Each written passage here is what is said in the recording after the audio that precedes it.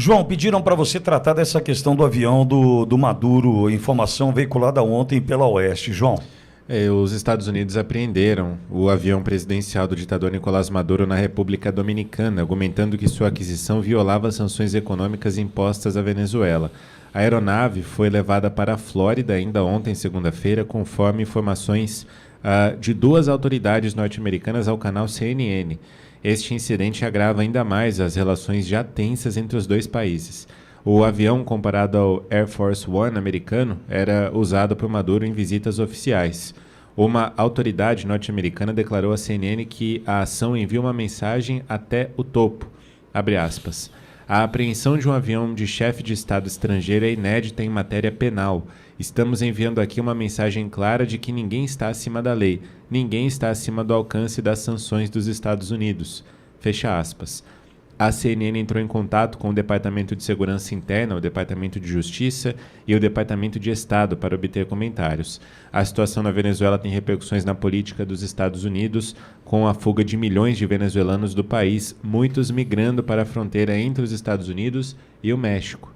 As autoridades norte-americanas têm tentado há anos interromper o fluxo de recursos para o regime venezuelano, apreendendo diversos bens, incluindo veículos de luxo, estimado em cerca de 13 milhões de dólares.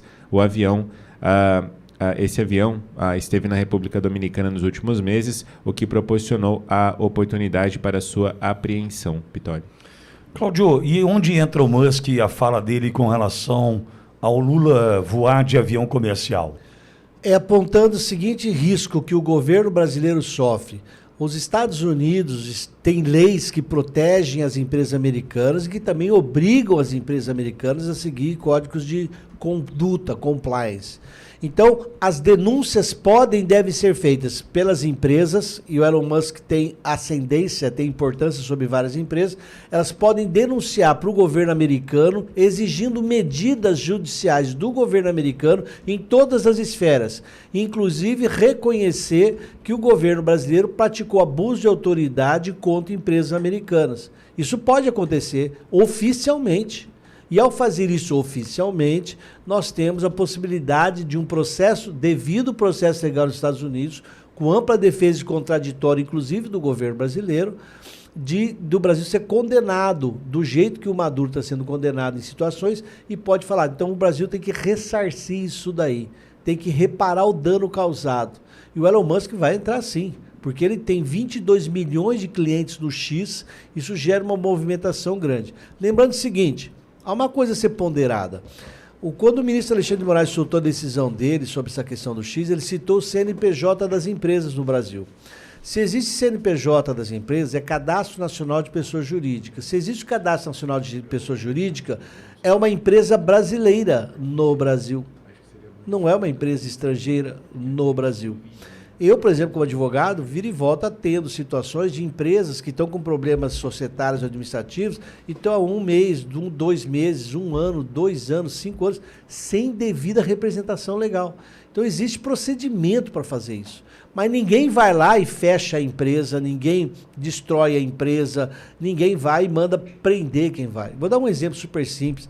Um lugar é fechado, você conhece quantos lugares fechados por serem biqueiras de tráfico de drogas?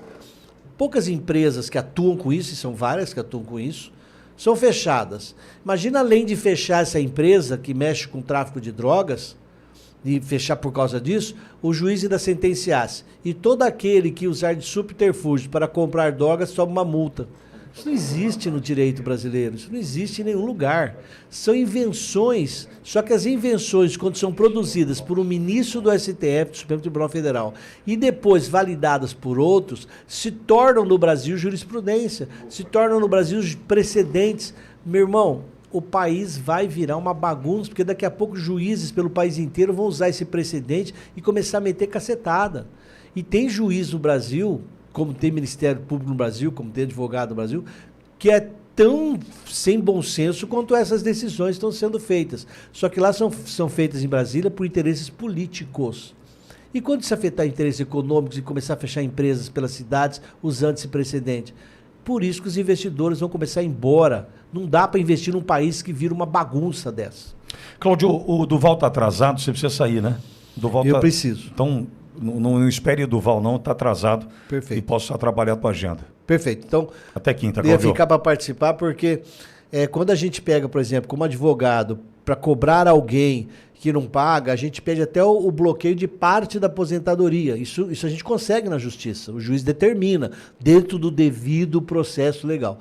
E é até 30%, sobrando 70% para o aposentado. O ministro inverteu.